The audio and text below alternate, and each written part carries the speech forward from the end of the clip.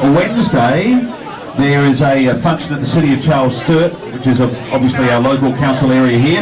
And then after that, Wednesday night, it's Sixers night at Planet, at the nightclub.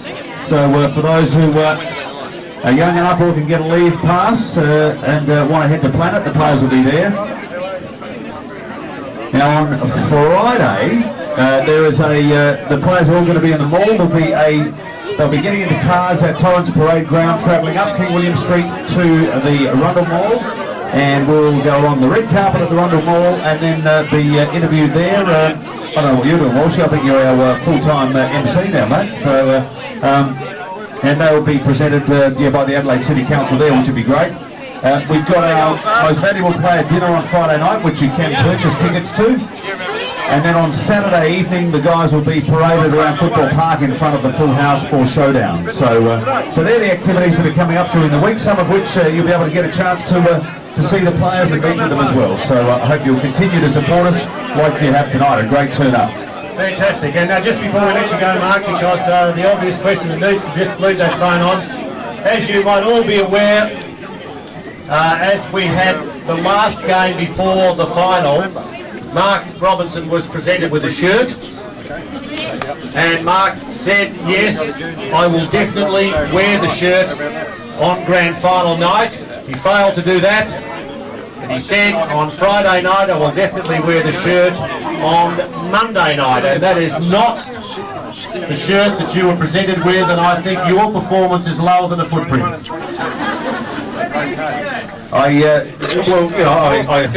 Can we look? But I have told Peter's wife and daughter, who were so thankful when he gave it to me, that because it's become a family heirloom, I am going to give it back to the Walshes as well. So they're pretty rapt about that. Thank you, Mark. All right, Mark Robinson, lots to look forward to. The players are just about ready to rock and roll.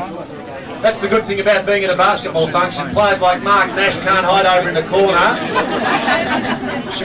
And who else is hiding? Where's Paul? Paul Reese was around before. Is he? Who got sprung? Someone did. So if everyone could move back to, here comes Mark now. So could you make the line again, please? No cue jumpers. Matt Garrison's eyeing it off. I think he wants to take it back to the States.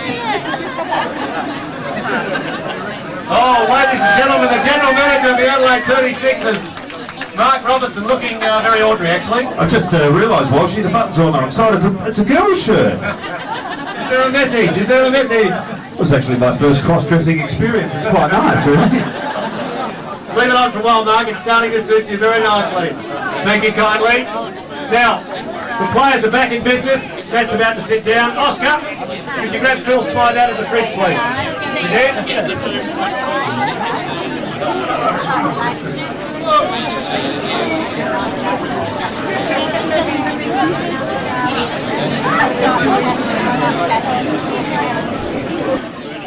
Whilst we're talking, please filter through now. The players are there at the table.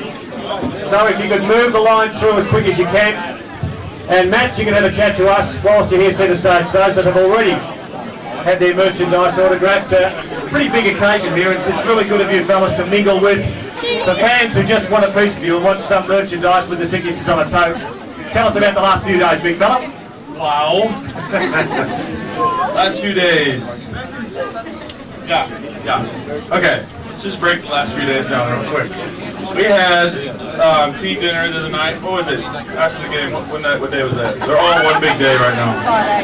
The next day, Saturday we had a dinner at Mama's, and we said the whole team, we're all going to go out, we're going to have a good time. We'll meet at Macker's on West Terrace at 5 a.m. Me and Jason Williams were the only ones to show up.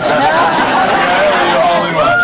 So everyone else was home because they were tired. Yeah, they didn't get wimps. Can you tell me, without giving away any trade secrets, you are a professional sports person. We admire your talents on court. How do you unwind after achieving the ultimate? Now, 2 years in a row, you're the only player, the first in history, with 2 separate clubs in the National Basketball League, Wollongong and now Adelaide. What is your definition of a good time? My definition of a good time. Well, I don't drink alcohol, and I probably have more fun than anybody because, yeah, seriously, I just go off, man. I just go and talk to everybody, give everyone a hug, dance. Are you a karaoke? Yeah, no. What's your favorite? My favorite karaoke. What's your favorite karaoke? Elvis. Any particular Elvis? What's the Hotel California? Is that what it is? Welcome to that's not Elvis. The hotel one. I don't know what the best was. But the Heartbreak Hotel. Can we have a few guys? Come on, a couple of extra gurgles of lift and you'll do it, won't you? Come on. Do we want to hear him sing Elvis? Come on, man. There's no karaoke bars in Adelaide. This is a karaoke bar. This is something that we've created for you. I can't do it. You can't do it. I can't. Do you want to do it? No. Okay. You sure? He's got nothing left in the So tank. you've unwound. You've been able to now have a look at this Adelaide place that comes alive, and there's been so much positive feedback about where it's all happening. This can go on forever. What's it going to mean for you now? What does the next week or so hold in your life? I've been on the phone a lot, talking to my family and friends back home. Talking to the Wollongong guys, because you're on when you have a championship team. Just been hanging out with the boys as much as possible. Every night we have something planned, like we have this tonight, we got a dinner tomorrow, we're going to the Crows game, we're doing something at the Planet on Wednesday. So basically right now it's just about all being together and spending time together before everyone disembarks and goes their separate ways, because you know, you have a week after to enjoy it and share with the team and with the guys, and it's kind of like the last hoorah, and then kind of people disperse after that. So that's the main thing for me, is just, you saw me with my video camera. I take my video camera everywhere. I just try to get memories and try to get, you know, people on camera saying something that I can remember them by, and so we just try to really give to each other the memories of the past year. And staying on that very sensitive note, it is like now that there'll never be, and I'm not trying to be melodramatic, but there'll never be an occasion where everybody in this room is going to be gathered on any other time. So this is something we need to treasure. Players will go to different ways.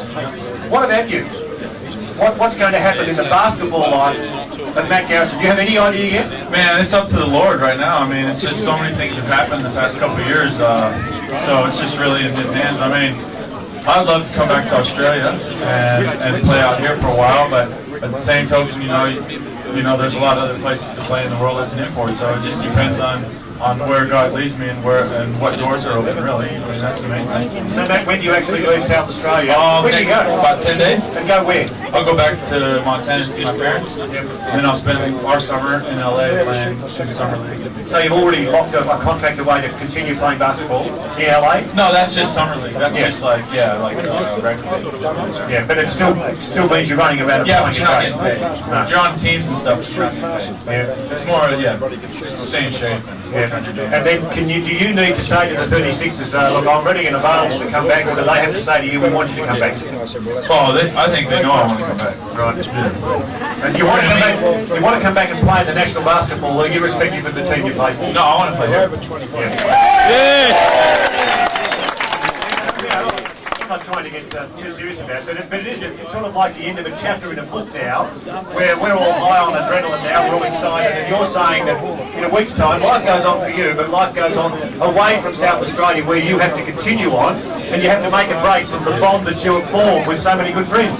That's the hard part. It's like you have two different lives, because I have like a life here, and then when I'm this person I am here, and then I'm a totally different person or whatever. I have my total life back in the States, so it's that part's tough because you are breaking bonds, and it feels like every time I leave Australia, I leave with a little piece of me. I hope it's a good piece. I hope it's something people want to remember me by or whatever. But then again, like you said, you got to embark on a new chapter and a new part in life. And like my parents and stuff, they miss me and I miss them. I want to go hang out with them and stuff. So have your parents seen any of your basketball? Do you send them videos or anything like that?